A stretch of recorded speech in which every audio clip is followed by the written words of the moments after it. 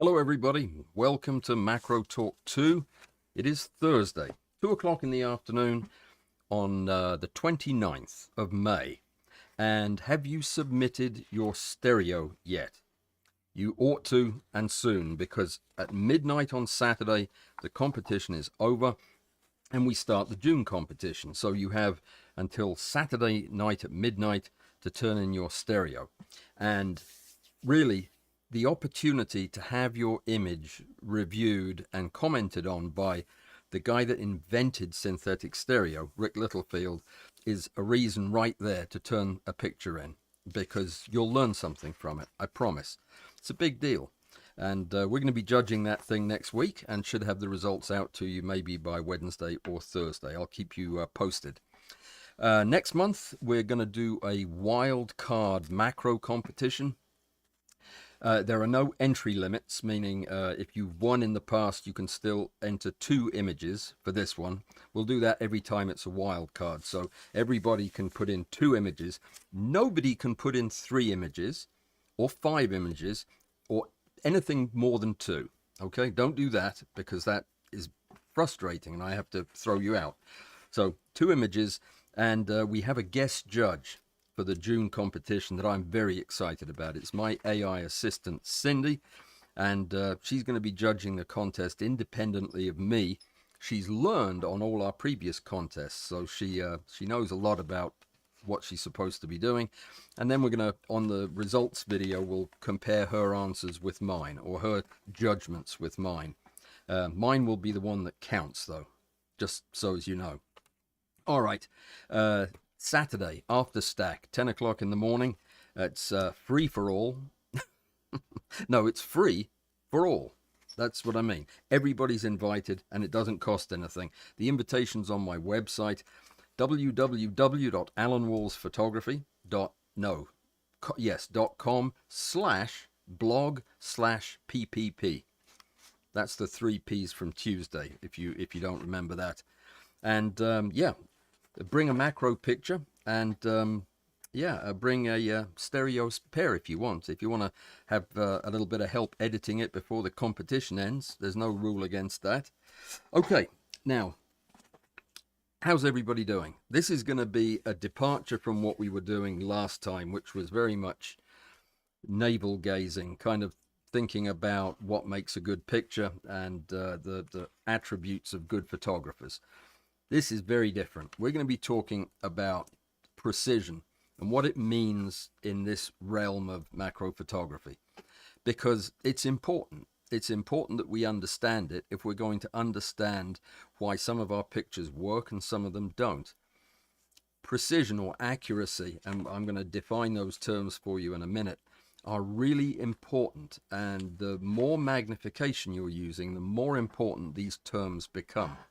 And this all started because of the focus block focusing devices that I've made for several people, and I always do a lot of testing on them before I send them out. And that's because when you get to magnifications like 50x and 100x, there is no room for error at that point. You can't have problems with the rail's motion or the motor or the way the controller's working with the motor. You can't deal with that because the pictures are going to be unusable. So with your regular high-end focusing rail, be it a stack shot or a Novaflex or even a WeMacro, you're talking about a device that can step at about 1 micron. That is a very short distance. That's 1/1000th of a millimeter. And that is good to get you all the way to about 20x. The things I'm making here, depending on the microscope focus block we use, will get you down to a step length as little as 0.005. No, sorry, 0.05 microns. That is 50 nanometers step length. And that's why we need, when we test these things, we need to test a lot of things and make sure that everything is working well before you try to use it, because just the tiniest error will make it miserable. So this is a high performance device. It has to be, and it is basically a microscope. It's not just any microscope. We use really one of two primary microscopes that, because they're older, there are lots of them around, they're easy to work with, and they have a fantastic fine focus mechanism. The two are the Olympus BH2 and the Nikon Labofot. Terrible name for a microscope, but the Labofot is has an even finer fine focus on it. When you turn the dial, the fine focus dial on one of these microscopes, and I might as well just show you one while we're talking about it. When you turn the fine focus dial, you are moving the entire rail, just like if you were moving the coarse focus dial. But when you turn this a full turn, 360 degrees, the whole carriage only moves 200 microns. That's a very short distance. It means that you have a total step length possible of about 2/10 of a micron. That's tiny. That's a very short step. And we're going to talk about what I do to test these things and to make sure that they are accurate enough and repeatable enough and precise enough that you'll be able to do what you want to do with them, which is take pictures that can be stacked. So in order to do that, there are several things that we need to look at. And I'm going to go through a list of the particular parameters that we care about and explain to you what they are, because the words are everything in this. If you don't understand the concepts we're talking about, this won't make a whole lot of sense. But understand that all of these concepts that I'm talking about are useful in macro photography whenever you're talking about precision or accuracy. These are not things that are just important if you're going to be testing a microscope focus block, not at all. So these are good concepts to be aware of. When we talk about accuracy and precision, we use words like, not surprisingly, accuracy is one of the first ones. That is the degree to which a measured position value corresponds to the intended value. So if you have a value, you measure something and it comes out with a number, 43.7. If the number you were expecting was 43.7, then you can be pretty sure that the measure was accurate. So in context, if a focus rail moves 100 microns, when we command it to move 100 microns, it's accurate. Right. What about precision? How is that different? A lot of people use these words interchangeably, but they're not. That is the degree to which repeated measurements or movements under the same circumstances show the same results. In other words, if your rail moves 99.7, 99.8, 99.9 microns in 3 identical attempts, it's precise. Even if it's not accurate, it can be precise but not accurate. In other words, the number can be quite far away from the 100 microns you were expecting, but it consistently is far away from that. That would make it precise but not accurate. Resolution, that we talk about a lot in optical senses, we're talking about mechanical now. It's the smallest detectable change that can be measured. And what we can measure is very, very important, because when we talk about accuracy and precision, we have to do so in the context of what we can actually record and with the instruments that we have at hand. We'll talk about that in just a minute. So for resolution, if a system can step in increments as small as 0.2 microns, like these things can, that's your resolution. And it doesn't guarantee that the rail is either accurate or precise. It just gives you a measure of its resolution. So these are independent things that we need to test for. Repeatability is the ability of a system like this to return to the same position under the same conditions multiple times in a row. meaning it'll do its thing, it'll stack the images and come back to the beginning, and the beginning will always be the same point. It won't wander around. Repeatability, very, very important for focus stacking work. If your focus block moves to a different position every time you set it to 0, then your repeatability is lousy. Backlash. Backlash is the lag in a mechanical system. You all know it. Anything that has a motor or gears in it, it's that little bit of wiggle that the button has or the gear has before it picks up the slack and starts to move your subject. Microscope focus blocks have several places that backlash can occur. One is the gear mechanism in the fine focus where it intermeshes with the coarse focus. The other is the pinion that drives the carriage that we put our camera on. So there are several places that backlash can build up. It is impossible to have a system that does not have backlash. It is possible to overcome the backlash mechanically, and it's possible to overcome the backlash computationally or programmatically with your rail. But no mechanical system has no backlash, because if it did, the gears couldn't move against one another. They'd be bound up together.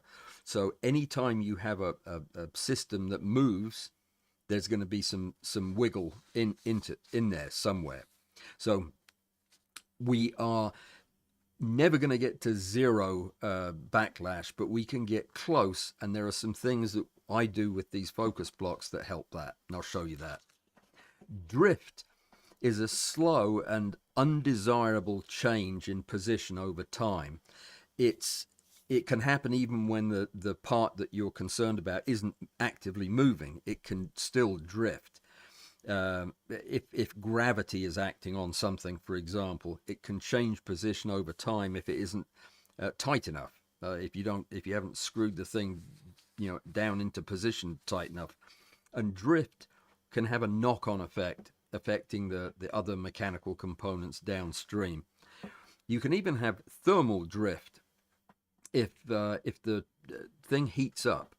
Let's say you're doing a super long stack and you turn on the heating in your house to very high, and your rail gets warmer and warmer during the stack. It can really change step length, and when you're talking about 100 times magnification, it can change it enough to make a difference. Hysteresis, you'll hear the term. Hysteresis is an interesting thing. Backlash is a kind of hysteresis. It's a potential discrepancy that comes from which direction you're moving in. No, that was not a good English sentence at all. You will see hysteresis when you change direction. For example, moving a carriage on a rail. Hysteresis is that gap between meshing with the cog on the rail and then meshing with it going in the other direction. It unmeshes, it unlinks, and it develops kind of a backlash in motion, and you get a gap where it's not being moved properly. That's hysteresis, and it's pretty important in focus stacking, because if you approach a subject from a different direction, if you have a rail set up such that you can move it in either direction to do your shooting, as some people do, if it doesn't perform exactly the same in both directions, then you can get this hysteresis, which can confound your results. Step size. I'm mentioning this because it's the physical movement of the carriage in response to the motor, which is on the other side of the mechanism that connects the two. There's either a lead screw or a set of gears, like on my focus blocks. There is something that takes the rotation of the motor and turns it into linear motion of the rail. The step size, for the sake of this discussion, is the distance the rail moves when an impulse is passed through the motor. And we normally talk in terms of one step. How far does the rail move with one step? We can also talk how far does it move with one rotation. But there's something very important we need to think about when we're using rails or focus blocks at high magnification, and that is we don't really talk about whole steps very much. Focus motors, stepping motors, sorry, are able to be driven in increments other than full steps. They can be driven in half steps, quarter steps, 1/8, 1/16. And interestingly, both the Wii Macro rail and the Stack Shot, both when they're at their maximum resolution down at 1 micron steps, they are actually operating at 1/16 micro steps. This is important because 1/16 micro steps is what the controller is counting off when it moves your rail. It's how it keeps up with how far to move the carriage on your rail. And we need to do some translations when we test these things, because we're using a motor and a controller that are designed to move your rail. They're not designed to move something that moves much shorter distances like this. So it doesn't help us a whole lot to know what the full step movement is. We need to know what 1/6400th of a movement step is, or in the case of 16 steps, that's 1/3200th. It's a bit complicated. It gets more complicated though, because one revolution of the fine focus on your microscope only moves the microscope focus, the camera 200 microns. On the Wii Macro, it's about 935 microns, and on the Stack Shot, it's about 1590 microns. And we need to know those numbers too when we're testing these things. I have tested all of these focus blocks that I have on my desk with the controller that is going to be controlling them when they get to their home eventually. So I've got Stack Shot tests running, and I've got Wii Macro tests running, and I'm sure before too long I'll have NovaFlex tests running as well. But anyway, that was a bit of a sideways thing to talk about step size. Tolerance, you know what that is. Tolerance becomes an issue when we're testing these things, because some of the stuff that goes into these is printed. I print the thing for the motor cage. I print the adapter for the well, I'll show you what I do. I print this part here, well, underneath this adapter plate at the base. I print the cage that the motor goes in, and I print the base. Nope, that one's got the base off because I'm changing it. Well, you've seen the base before. They've all got the base taken off for some reason. But yeah, it's another 3D printed thing, and all of those things can move over time. And the tolerance is not quite as good on 3D printed things as it usually is on pieces of metal. Calibration is a term you'll hear. The process of correcting or compensating for known errors to improve accuracy. And you know, the way we calibrate something with a stepper motor is by measuring the actual movement and then applying correction factors. And I'm going to show you how I do that with this testing. There's another term that you'll hear is stiction, static friction. It's a bit of a made-up word, I think, stiction. Stiction is the force that a system has when it's not moving, and stiction is the way that force is applied to prevent the thing from moving when you turn the motor over. In other words, it's kind of, the whole system is a bit sticky until it starts moving, and that stickiness is called stiction, and it can introduce errors at the beginning of a stack, so it's important that we know about it. And I'll tell you what, talk about a couple of optical things that you need to be aware of. Z resolution, or axial resolution, is different than the resolution we talked about earlier. The smallest increment along the optical axis that produces a discernible change in focus is what we mean by z-axis resolution.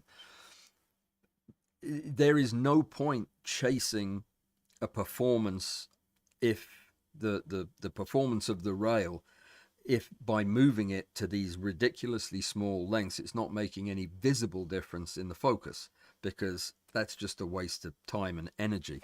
So we need to make sure that our mechanical resolution and our optical resolution are following the same rules, playing the same game.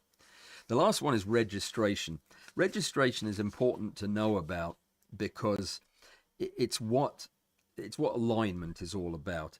If our microscope focus block is moving the camera in a sideways direction, causing some wobbling or anything that misaligns the subject in the pictures, then the focus stacking program you're using is going to have to correct for that. It's very important, before I send one of these things out, that I make sure that any problem with registration at all is within the envelope that can be fixed by Zerine or Helicon. In other words, I'm not introducing alignment problems that are more than the software can handle. And that's really the most important thing. So how do we measure all of these things? And do we need to measure all of these things? Well, yeah, we probably don't need to measure them all, but we need to have a framework to determine whether or not we need to measure them all. Now, the key is, what are these focus blocks going to be used for? They're going to be used to focus stack at high magnification, and the end result is usable focus stacks, is good pictures. If the thing can't do that, then it's not a success, and I shouldn't send it out. So I need to do tests that are going to allow the device, show me that the device will operate the way it's intended. But that's not the only important question I have to ask.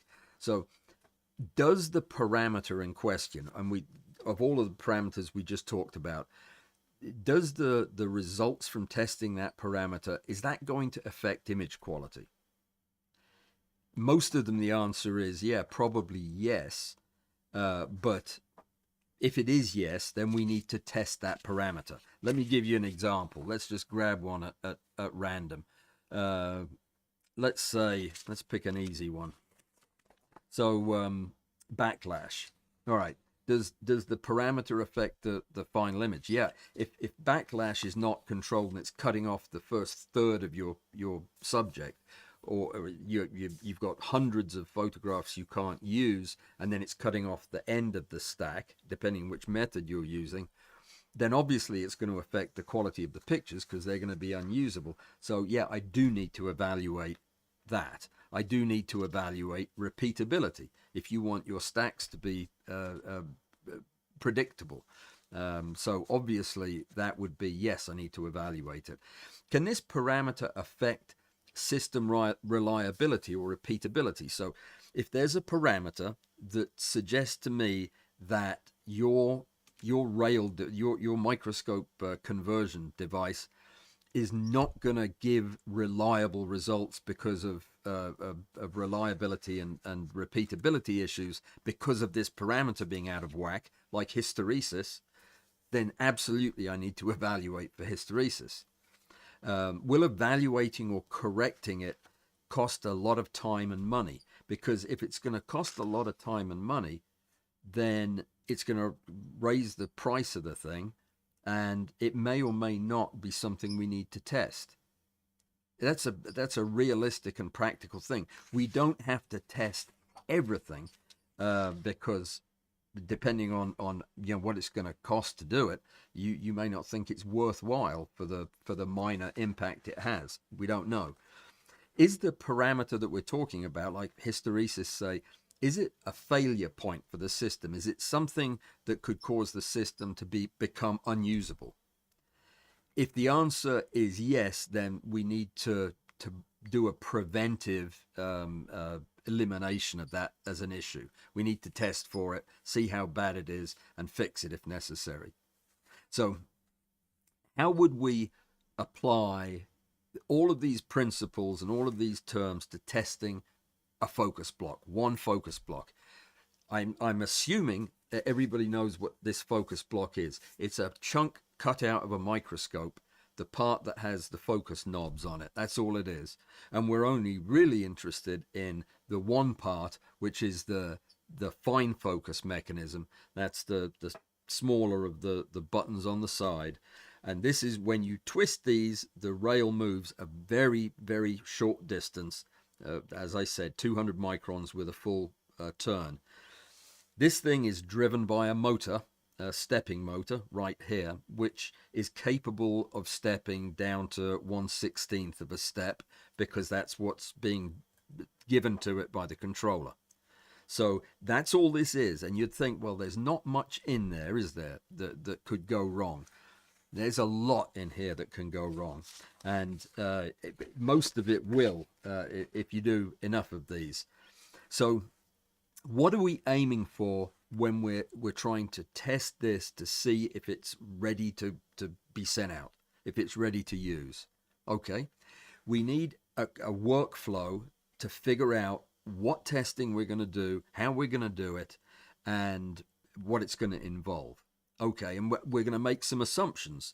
We're going to assume that this is going to be used at high magnification. I usually assume it's going to be used at 50 to 100x at some point. And I need it to deliver reliable performance up to that level. Okay, so what am I actually going to check for? Accurate step size needs to be verified. I need to, it's not good enough for me to say, I think that this is going to give you 0.01, no, correction, 0.1, 0.1 micron steps. Okay, that's what I think from the mathematics it should be able to do. But I need to absolutely verify that. I'm not going to send one of these out unless I have tested it. And I'll talk about how I do that in just a second. Then I need to test for reliability and backlash. The reason I need to do that is because if it's unreliable, if I can't get the same results with repeated movements, then you aren't going to be able to use it well as a focus device. And I need to find out what's going on, what's happening. Is the motor dropping steps, or is there a disconnect in the assembly that drives the fine focus? That's a mechanical connection, and if it's slipping, that could cause a loss of repeatability. If we don't know what the backlash is in the system, then how can we correct for it? See what I'm saying? Your controller will ask you to set the backlash, and you've never used this. How do you set the backlash if you don't know what it is? So that's part of the testing. I'm going to let everybody who's getting one of these know what their device has as far as backlash. Drift and hysteresis assessment, that's just a matter of figuring out how stable the system is to those unwanted drifts in parts moving, and usually that comes down to something hasn't been properly tightened.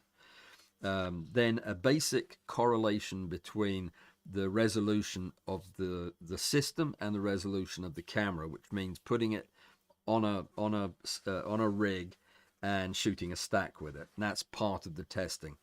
And then registration, checking that is pretty much just a matter of doing a stack and looking at the individual images and at the images that come out of Zerine. Now, the way I do it is the way I do it. I don't have anybody else's experience to go on here. So I did a lot of research before I started doing this, and I think I've got all the steps I need to, and there are some more advanced things that I'll do when I need to know more about the system, if we're going to get into to deeper testing waters. But for right now, everything is aimed at making sure this thing is going to do what I say it's going to do when the new owner gets it. So there are a few things that that you're going to need. By the way, if you're going to take this on, which you know, I'm not sure that I would recommend it. It's incredibly time consuming. You know, it takes several hours to do one of these, and you do need a little bit of special equipment. You need some kind of a caliper. Digital one's easier to use for the testing I'm going to do. You need a dial indicator, something that I currently don't have. I just ordered one, and yeah, I should have it in before these tests are finished. But a dial indicator is a very sensitive instrument that has a, well, don't worry about it. It's used in machining a lot, and it can measure changes in position as small as, in the case of the one I just ordered, 0.001 millimeters, which is 1 micron. Now, a dial that can register that kind of movement is very precise. I got a Mitutoyo, and I'm looking forward to getting it put to work on this. But you have to have that to measure the actual movement of the rail, because that's what it all boils down to, is measuring compared to what we calculate what actually happens. So the first thing when I set one of these things up is I plug it into the controller it is going to be used with. And I've got all kinds of different ones here on the desk. I've got one over here that is going to be that is used with, you can't even see it. Ugh, I don't know if I can pick it up. So this one, which has a WeMacro motor on it, a 400 step motor, so this is going to get twice the resolution. Yeah, it's going to be driven using the WeMacro controller, which is right here, and then this one is driven by an aftermarket motor, not a real StackShot motor, but it will be driven by the StackShot controller. So I'm testing it using that. So the the first thing I do is, once the build is finished and everything is assembled, I'll put a load on it, usually a camera, and I will make sure that the rail moves the way it's supposed to, forwards and backwards along the extent of its travel. I do that with all of them. It's the first thing. Does the motor travel the whole way it's supposed to? Does it have any tight spots? Does it bind up anywhere? Does it make any funny noises? Sometimes it will. It'll do great all the way around, and then it'll go at one particular place. That's a problem. That needs to be sorted out. So I'm looking for any signs of abnormal movement in the mechanism. Okay. If there are no major issues that show up, then I go on to measure the effective step size. And that's probably the easiest thing to do, because all I do is, in the case of this caliper, I made a bracket for, oh, you can't see it. I made a bracket for it. This piece right here with the little arm on it is a bracket that's made for holding one of these digital calipers. And I mount it directly onto the plate that the camera, or the quick release plate, will go on. So this thing just literally clips into place like this. Oh, well, it does if you're not looking. You know why it's not working. You've figured that out already. Yeah, I have it on backwards because normally I test running in the other direction, but it doesn't matter because I just use the other end of the dial to move. Now you'll see as the rail moves, and it's moving in this direction. This is the direction of stacking. As it moves, it pushes the arm back into the caliper, so that when I'm finished with the test and have moved it with the number of steps I want to move it, I can then read the distance on this digital readout. and it'll tell me to the, well, to the tenths of a micron, or to the 10 micron level, like 10, 20, 30, 40 microns, how far the carriage has moved. So, for example, I just finished testing this one, and I know that when the fine focus I beg your pardon, I know that when the motor on a stack shot makes one full rotation, so when the stack shot's motor makes one full rotation, it moves the rail on the stack shot 1,590 microns. Okay, what's that? 1.59 millimeters of travel for every rotation. Well, I know that the motor is a common thing between the stack shot and this device. The motor's going to move the same distance because it's the same motor and it's got the same controller. So we can get equivalence if I pick the number of 1 micron steps that will correspond to the full revolution of the motor on the stack shot, which is 1,590. So I instruct the stack shot to take 1,590 steps of 1 micron. And I know that that will be one full revolution of the motor, because that's what it is on the stack shot, and it's the same motor. So that's what I did. I did 1,590 steps of 1 micron apiece, and measured this by moving this against this block that I put in there temporarily, and then zeroing it so it's 0. Over the course of the stack, the sled drives forward, and the result was exactly 200 microns, which is precisely what we expect to see from this focus block. It moves one full rotation of the knob, or the motor in this case, should move the carriage 200 microns, and it did.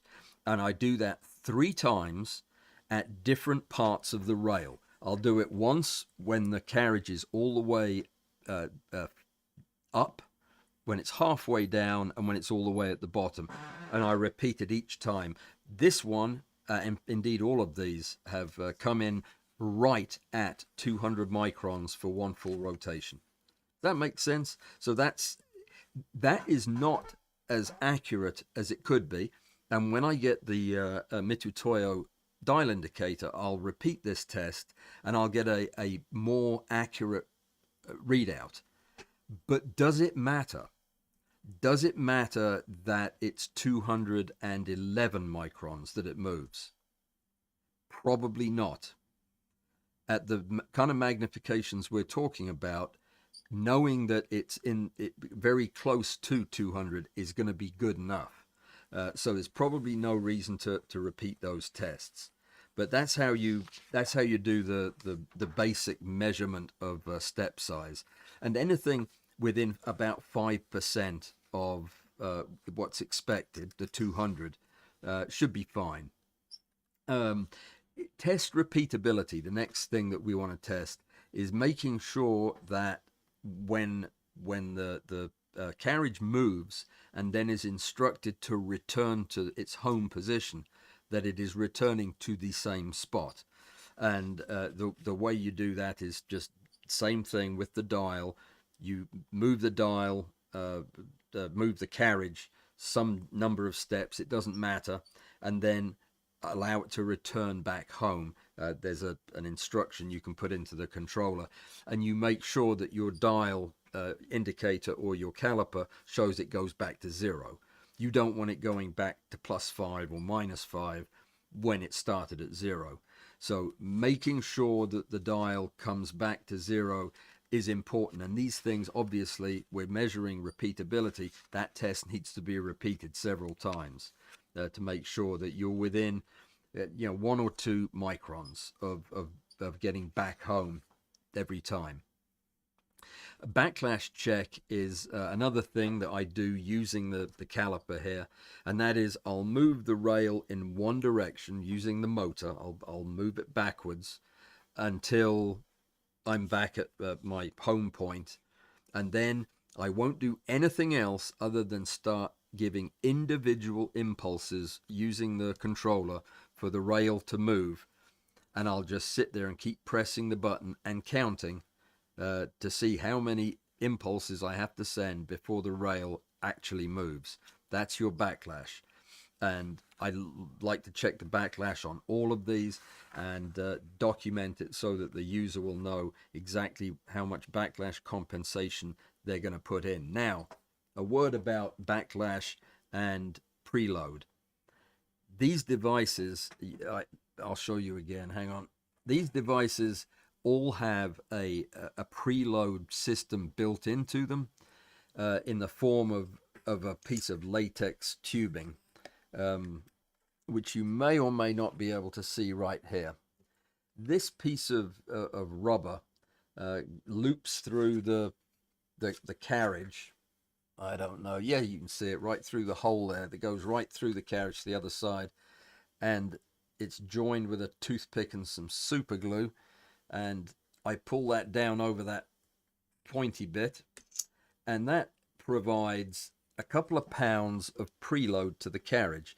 It's stacking in this direction, downwards, like this way, so that this is always pulling the mechanical components against one another and not allowing that slack to build up between them. Now, having said that, I would be lying if I said that that was sufficient to control the backlash in these things. It's not. It does improve it, but there is still backlash in them. So I test for that, and then I recommend the setting that you put in your controller that will compensate for it. That's important. So the key is not to get rid of the backlash. It's just to know exactly how much you have so you can compensate for it. The hysteresis test is pretty similar to something we've already done. It's just looking for position error based on the direction you're moving the rail. So if you move the direction 500 steps in one direction and measure the home point, if you do it from the other direction, does it hit the same home? Or are 500 steps going this way and this way different as far as the device is concerned? If they are different, then there's things I need to look for, some of which are hard to find, but most of which come down to lubrication and the use of plastic in these things. Sometimes if I have a weak part of a 3D print that could be causing it, it'll show up when I take the thing apart again. So you're looking for several problems, but they're all mechanical and pretty easy to see. I do not do a drift test. I know that some people do. It's basically where you just move the thing. If you have it set up vertically, you put a load on it, you move it to the midpoint, and you just let it sit there for a day. And you go back and measure it again to see if any part of it has drifted. I don't have a vertical rig. I can spend a whole day hanging things off, and yeah, it's I guess it's important, but I probably should do it. But yeah, until I get my dial indicator, I really can't, because I don't have a way to measure an individual micron. And usually these things, when they do drift, they drift in just microns. So the last thing I do is basically a Z test, comparing the Z resolution of my optics with the resolution of the rail. And it basically just, you confirm that the image stacks align properly, and you don't have any jitter, as you'd see if there was an issue with alignment. So I do a stack at the end to look at several things. One of them is registration, to make sure that the camera is not moving side to side or pivoting as it moves, meaning that the alignment program will work without being overwhelmed by movement. That's one of the things I look at. And I do that without stacking it. I just look at the pictures. I run through them all looking for things that are moving back and forth. That's a sign that I don't have the thing registered properly. And then for the resolution benchmarking, I don't do this formally, but I do it informally, just with a slope ruler. I just take a series of stacked images on my regular rig to kind of correlate how short of a step I need and make sure it's consistent with what the rail can do. It's pretty basic. It's you know that at 50x your step length is going to be somewhere around, I don't know, 0.8 microns, 0.5 microns. You just make sure that when you are stepping at that length, that you are getting through the depth of field. In other words, the optical resolution and the mechanical resolution are in the same ballpark. If they're not, you end up with focus banding, and it means you have not measured something properly, which makes this Z resolution benchmarking pretty unnecessary at the end of the day if you've done everything else. As far as documenting the results go, I know I should be better at this. I have a spreadsheet, I just never use it. I just use a page of notes for each of the rigs and its test results, and I base my my report to the new owner on that, telling them what I found and what it does and what problems there are, if any. But most of the problems I fix, and that's it. Really, the key things that the new user needs to know are the step size. What is the actual step size that you can expect at highest resolution? And you'll always be using these at highest resolution, so you'll always be using them at 1/16 of a step. And how far does that move your microscope? And that's the key piece of information you need, because that will be how you calculate your steps. What else? Really, backlash and step length are the key ones. If there are any alignment issues or drift that I come across, or other areas of concern, now one of these is the oldest oldest BH2 I've ever seen. It's just ancient, and the grease on it was solid, like a rock. It was solid. I mean, really like a rock. I had to chip it off in places. So I have no idea how that's going to hold up, but the gears were horrible. I had to replace most of them, and I don't know if it's going to perform as well as I'd like it to long term. I know it's performing pretty well now, so hopefully it will. But the new owner will know about all of that. It'll be in my report to them. Yeah, and if I adjust anything in terms of calibration, like calibrating the controller to the new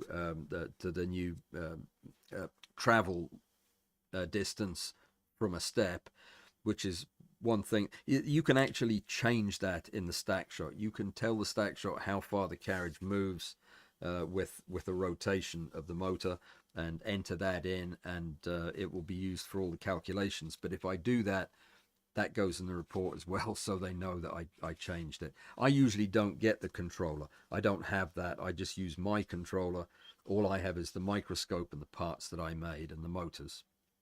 So it's the idea that you can measure these things precisely is a bit of a myth, really. It's not terribly precise. But it is as precise as it needs to be for what we're going to use the device for. There are lots of things in science and in macro photography where we want more precise measurements of things.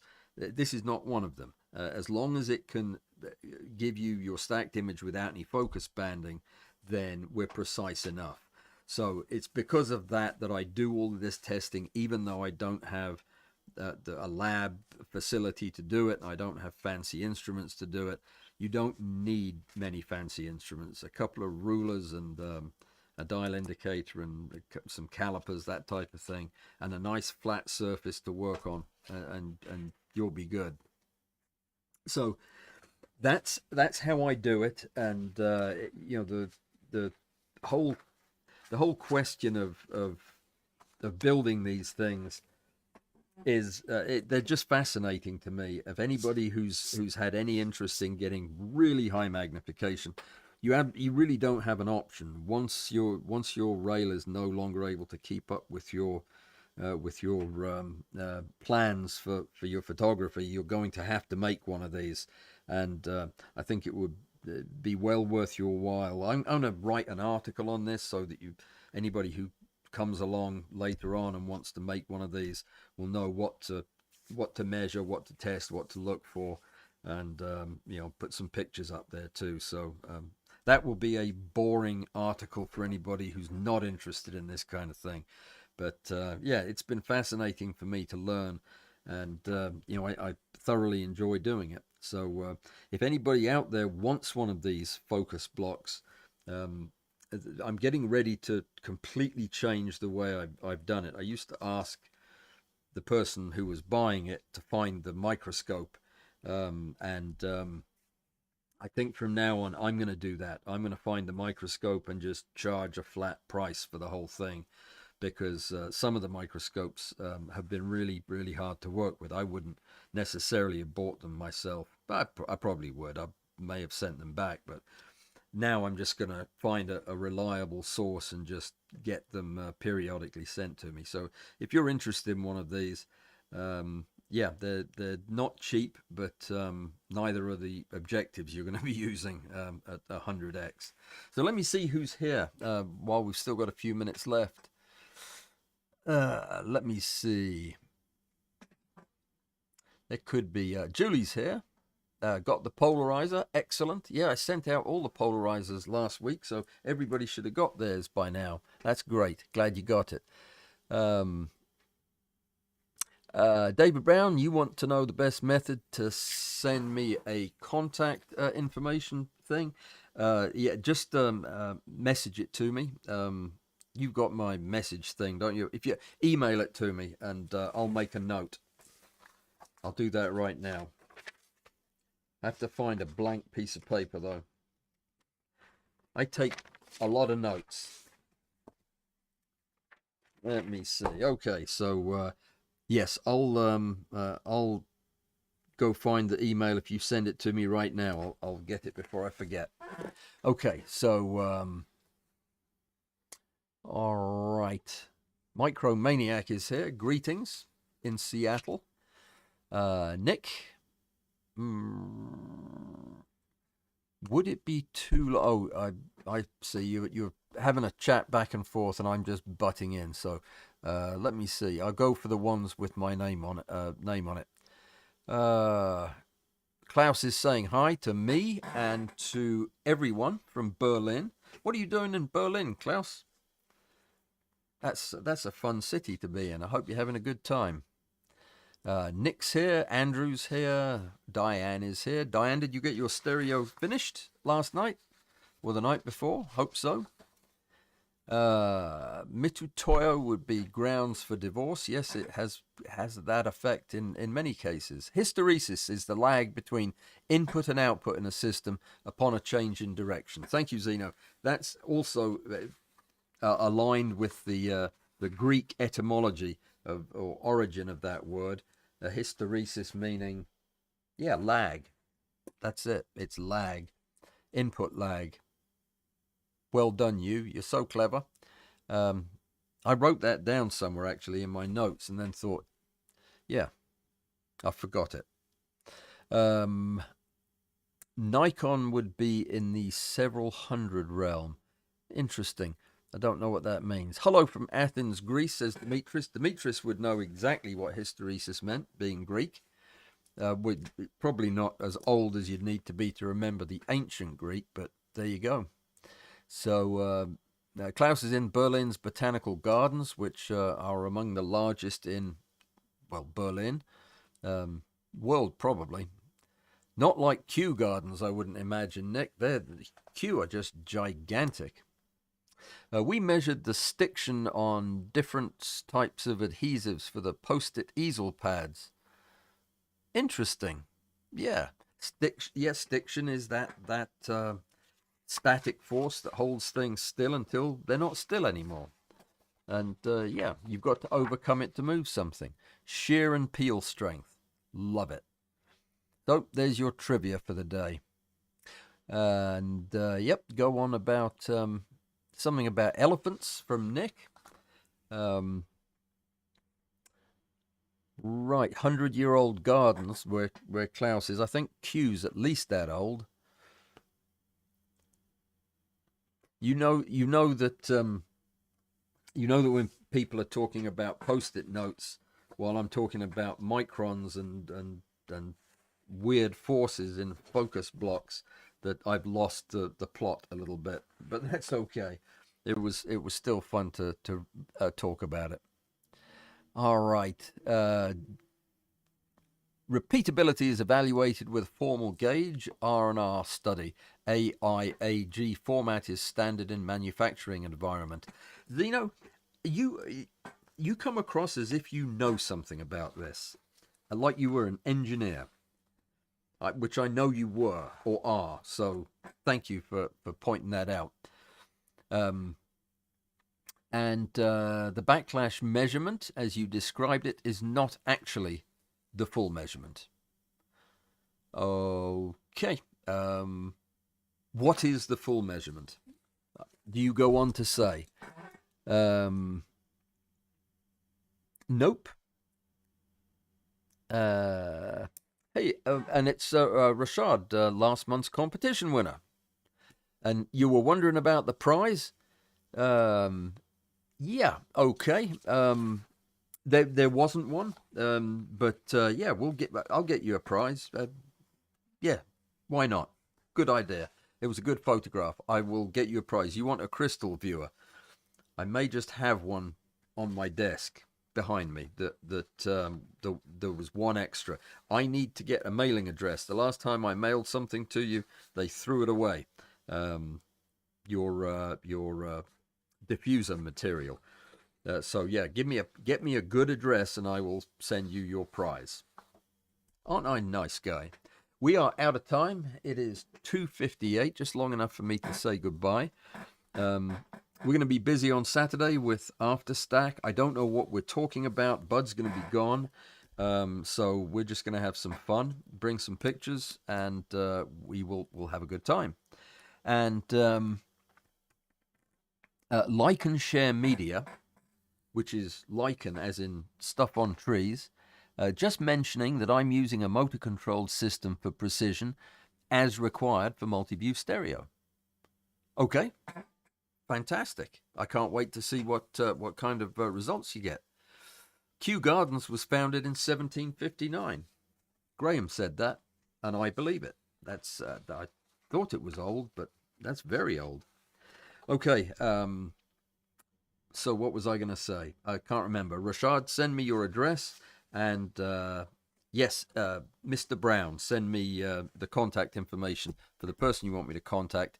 And I will see you guys on Saturday if you can make it to Afterstack. If not, I'll see you next week. And we're going to get back into some basic stuff next week, I think. I should have asked you at the beginning if you had any preferences, but I've got several things that I can get into next week. So I will see you then. Everybody have a great weekend. Thank you for coming. Thank you for everything that you do. I really appreciate having you out there, because otherwise I'd just be talking to myself, and that's not a good thing. People frown upon that. So have a great weekend. See you next week. Goodbye.